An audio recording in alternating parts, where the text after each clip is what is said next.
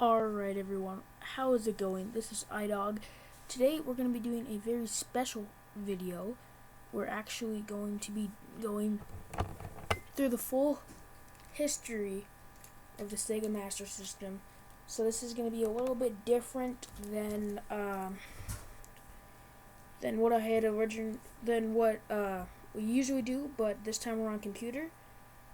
But I think it's going to go fine. Make sure you leave a like on this video, because it's going to take me a little bit to narrate this and moderate it, so make sure you leave a like, and let's get into this. That's a good way to listen to, if you're into gaming history, to listen to it on the road, or just if you need something to do, but let's get right on into it. Alright, the Sega Master System is a third-generation 8-bit home video game console manufactured by Sega. It was originally remodeled export version of the Sega Mark III, the third installment of the SG-100 series of consoles, which was Sega's original consoles, which was released in Japan in 1985 and featured enhanced graphical capabilities over its predecessors. Sega Master System launched in North America in 1986, followed by Europe in 1987 and Brazil in 1989. A Japanese version of the Master System was also launched in 1987, which features a few enhancements over the export models and by proxy the original Mark III. A built-in FM audio chip, a rapid-fire switch, a dedicated port for the 3D glasses. The Master System 2, a cheaper model, was released in 1990 in North America and in Europe. Alright, manufacturer was Sega. The type was a home video game console. Generation was third generation. Release date was in Japan was October 20th, 1985. That was the Mark III edition. In North America, the Master System launched in September 1986. Japan, the Master System launched in October 1987. And in the EU, it launched in June 1987. The lifespan of it was in Brazil, 1989 to actually present. In Japan, it was 1985 to 1991. In North America, it was 1986 to 1992. And in the EU, it was 1987 to 1996. And its introductory price was 16,800 yens, $200 US, and 900 francs. Units sold worldwide 10 to 13 million, not including recent Brazil figures. Japan sold 1 million as of 1986. United States sold 2 million as of 1993.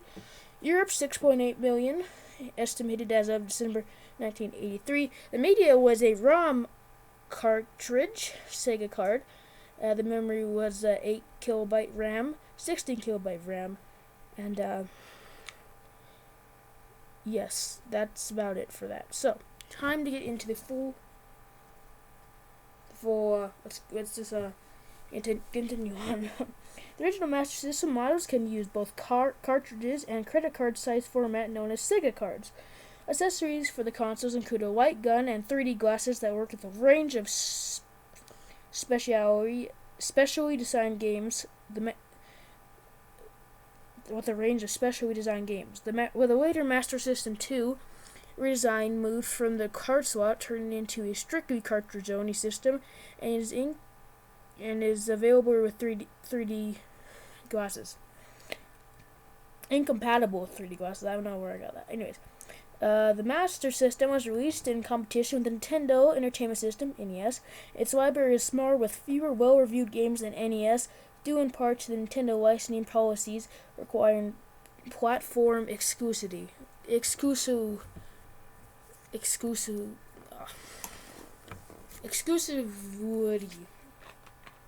You guys know what I'm talking about. It's been a long day. I got a whole bunch of other stuff to do. Editing and everything, but never mind. Let's continue on. Alright. Though the Master System had newer, improved hardware, it failed to overturn Nintendo's significant market share advantage in Japan and North America. However, it attained significantly more success in Europe and Brazil. Alright, time to get to development of the Sega Master System. In 1983, Sega released its first home console, the SG-100, in Japan. The same day as its competitor, Nintendo, launched the Famicom. In 1984, Sega's parent company, Gulf and Western, divested non-core divide non-core businesses, including Sega.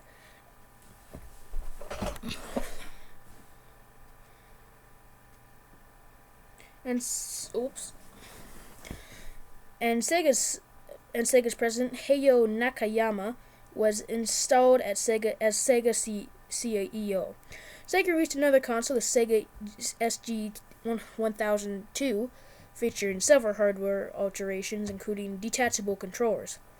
Hoping to better compete with Nintendo, Sega released another console, the Sega Mark III, in Japan in 1985. The Mark III was a redesigned version of the SG-100. It was engineered by the same team, including Masayama Ishikawa, who had worked on the two and later developed of this, and later led to development of the Sega Genesis.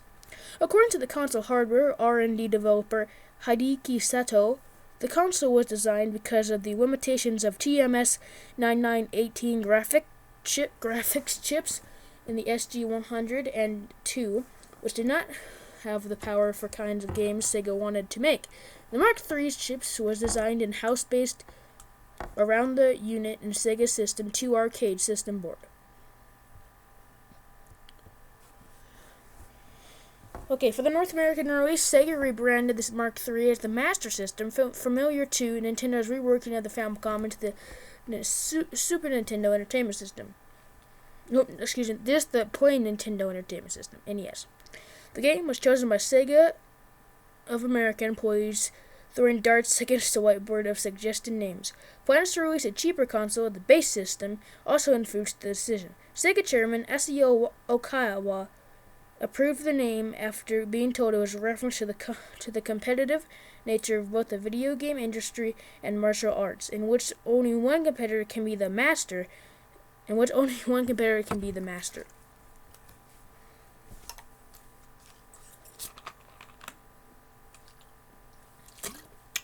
If I take a pause, it's just because I'm eating a drink. My mouth can get a little bit dry talking. Okay. Uh-oh. My mouse fell down. There's actually a picture up here. I think I'm just guessing you guys probably noticed right up here the picture. Take a look at those controllers. Yeah. It looks pretty good. Looks pretty good in my opinion. Alright, the console's futuristic final design was intended to appeal to Western tastes. The North American packaging was white to different from the black NES packaging, and the grid design was inspired by Apple products. Sega took a little bit from Apple there. Alright, the launch. The subject is now launch, and the first place we're to be launching is Japan. Alright, the Sega Mark III was released in Japan in October 1985 at a price of 15,000 Japanese yen. Excuse me. Whew. Though its hardware was more powerful than the Famicom, the Mark III was not successful on launch. Problems arose from Nintendo's licensing practices with third-party developers, whereby Nintendo required that games for the Famicom not be published on other consoles. Oof. Kind of being a little bit greedy there, Nintendo. Sega developed its own games and obtained the rights to port games from other developers, but they did not sell well. Sega developer Mark Kearney, finally a name I can pronounce, said, "Pressure was very, very high, with a typical Master System game allotted only 3 months of development time." Alright, the Mark III was re-released as the Master System in Japan on October 1987 for 16,800 Japanese yen, but still sold poorly. Neither model posed a serious challenge to Nintendo in Japan, and according to Sato, Sega was only able to attain 10% of the Japanese console market. So, the Master System did not make a very good impression down for the Japanese people at all. It's more dominant of the Famicom, and obviously. Alright, turning to we're at still launch, but now we're in North America. Alright, in North America, the Master System was launched in 1986 at a price of $200, which is equivalent to $466 in 2019. Wow, that's almost as much as the Xbox Series X and the PlayStation 5. So if you really think about it, games haven't, gone down in price new game consoles haven't gone down in price that much. Switch is $299 right now, which is, I think, pretty good. But anyways, I went out of goose hunt. I'm sorry. Including a multi-cart of the games Hang On and Safari Hunt. Nintendo is exporting the Famicom to the U.S. as the NES. Whoops. There we go. As the NES, and both companies plan to spend $15 million in late 1986 to market their consoles. Sega hoped to sell 400,000 to 750,000 consoles in 1986, but by the end of 1986, 125,000 Master Systems consoles had been sold. More than Atari 7800's 100,000, but less than Nintendo's 1.1 million. So they finished about second in that grand scheme of things. As in Japan, the Master System in North America had a limited game library. Limited by Nintendo's licensing practices, Sega only had two third-party American publishers, Activision and Parker Brothers. Activision has made some well-known games, and Parker Brothers is actually known for board games like Monopoly and Clue. By 1988, Nintendo held 83% of the North American video game market. Sega claimed that the Master System was the first console where, quote-unquote, graphics on the box are actually matched by the graphics of the game, end quote, and pushed the arcade experience in adverts. Its marketing department was run by only 2 people, giving Sega a disadvantage in advertising. In 1987, amid struggling sales in the United States, Sega sold the U.S. distribution rights for the Master System to the core company Tonka, which had no experience with electronic entertainment systems. During this time, much of Sega of America's infrastructure shifted from marketing and distribution to focus on customer service. Tonka blocked localization of several Japanese games. Though the distributor of the console had changed, the Master System continued to perform poorly in the market. So, Master System is struggling right now. Very much. Think about it though. $466 for this. That's a little bit extreme, Sega. Not gonna lie. I need to tone it down a little bit, Sega. Alright, we're still on the launch process of things, but now we are going to head straight on into Europe. So, let's get right on into it. Alright, in Europe, the launch. The launch in Europe. Alright, the Master System was launched in Europe in 1987.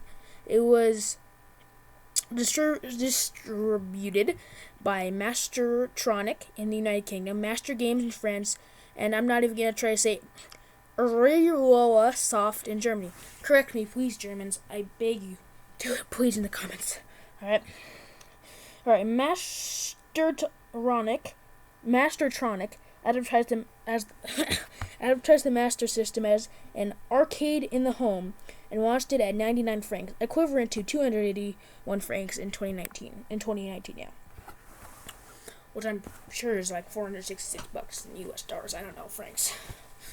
Hope I can go to Europe sometime so I can learn about them. But advance orders from retailers were high, but Sega proved unable to deliver inventory until Boxing Day on December 26th. Causing many retailers to cancel their orders. Oof. Mastertronic and Master Games entered financial crises, and that German company that made the German stuff,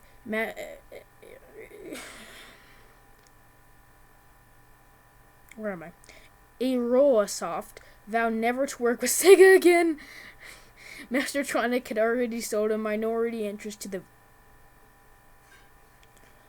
Virgin Group to enter console businesses, and sold the remainder to avoid bankruptcy. The newly rebranded Virgin Mastertronic took over all European distribution in 1988. Virgin Mastertronic focused on marketing the Master System on ports of Sega's arcade games, and positioning it as a superior video game alternative to the Commodore 64 and the ZX Spectrum computers. As a result of this marketing and of Nintendo's less effective approaches in Europe, the Master System began to attract European developers. The Master System held a significant part of console market in Europe though the release of the Sega's succeeding console, through the release of Sega's succeeding console, the Mega Drive, aka the Sega Genesis, basically. Alright, we are still on launch, but now going to the final one, Brazil. Alright. Master System was successful in Brazil, where it just was distributed by Tectoy, and launched in September 1989. By the end of 1990, the installed base in Brazil was about 280,000 units. Tectoy introduced a telephone service with game tips, created a Master System club, and presented the program Master Chips during commercial breaks of television show Cecil Aventura of Rede Globo. Maybe some Brazilians on my channel have watched that, so if you had, comment down if it's a good show or not. Nintendo did not arrive in Brazil until 1993 when were unable to compete. Tectoy claimed 80% of the Brazilian video game market. So overall, Master System did really good down in Brazil and okay in Europe, but otherwhere it was just not all good. Yeah. Alright, Sega released its next console, the 16-bit Mega Drive, in Japan on October 29th, 1988. Let me remind you, that was only 3 years after the October 1985 release in Japan of the Master System, aka the Sega Mark III. Alright, Sega released its next console, the 16-bit Mega Drive, in Japan on October 29th, 1988. The final license release for the Master System in Japan was Bomber Raid in 1989. In the same year, Sega was preparing to release the new Mega Drive, rebranded the Genesis, in North America. Displeased with Tonka's handling of the Master System, Sega reacquired the marketing and distribution rights to the Master System for the United States. In 1990, Sega released the remodeled Master System 2, designed as a lower-cost version without the Sega card slot. Hang on, my computer installed. There we go. Alright. Sega promoted the new model, but it sold poorly. Not really. By early 1992, Master System production has ceased in North America, having sold between 1.5 million units and 2 million units, behind both Nintendo and Atari. If you're behind Atari, that's not very good. With controlled 80% and 12% of the market, respectively. The last licensed Master System release in North America was Sonic the Hedgehog. The Master System was successful in Europe, where it outsold the NES by a wide margin. As late as 1993, the Master System's active installed user base in Europe was 6.25 million units, larger than that of the Mega Drive's 5.73 million. Combined with the Mega Drive, Sega represented the majority of the European console that year. The Master System's largest European markets were for France and the United Kingdom, which had active user bases of 1.6 million and 1.35 million respectively in 1993. The Master System 2 was also successful and helped Sega to sustain their significant market share. Re-releases continued into 1990s. Disappointing releases continued into the 1990s in Europe, including Mercs 1991, Sonic the Hedgehog 2 in 1992, and Streets of Rage 2 in the same year. So, like I said, they did pretty good down in Europe. All right.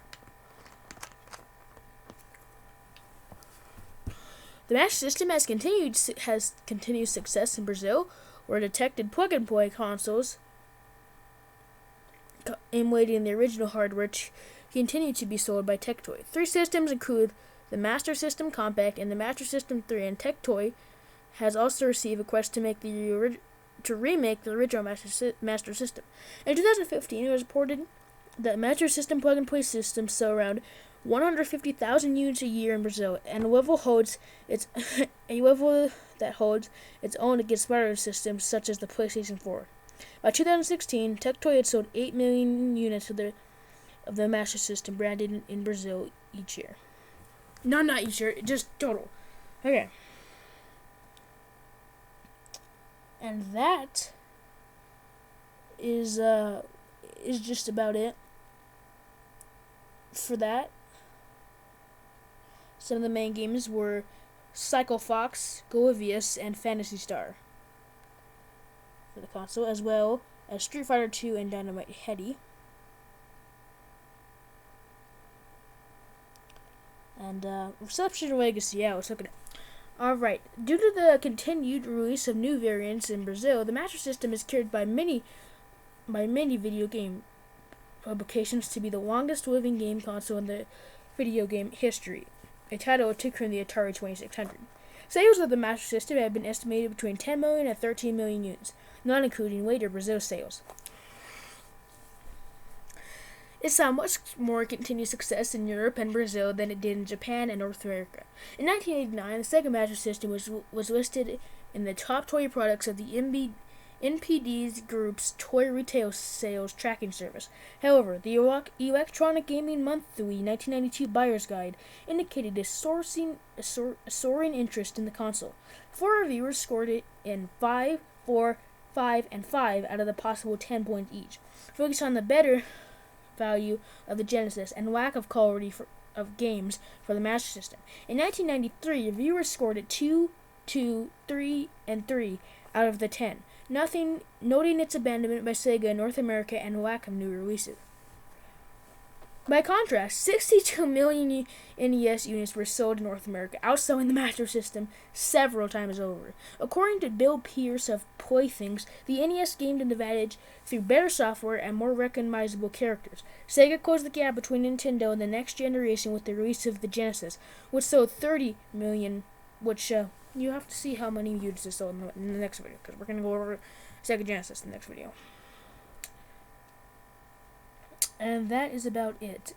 It was in 2009 the Master System was named the 20th best console of all time by Aichi, and behind the Atari 7800 and the NES. So 7800 was number 17. The NES was number 1. So, yeah, broski.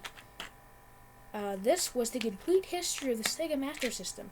This was also, I believe this was episode 5, correct?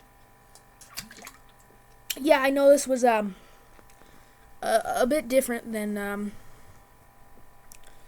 normal videos, but like I said, it's a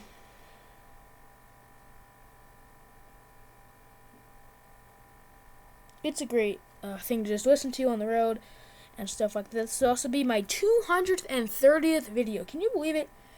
I have put up 230 videos in my lifetime. That's a lot of hours of content put out for you guys, but this is episode 5. I'm hoping to put out 15 or 16 episodes this season. So, we're going pretty solid. These have been getting a little bit of use, but hopefully they can get some more after this. Remember, next video, we are going over the Sega Genesis. That is what we're going over next video, and I will see everybody when we do that. Have a great day, guys.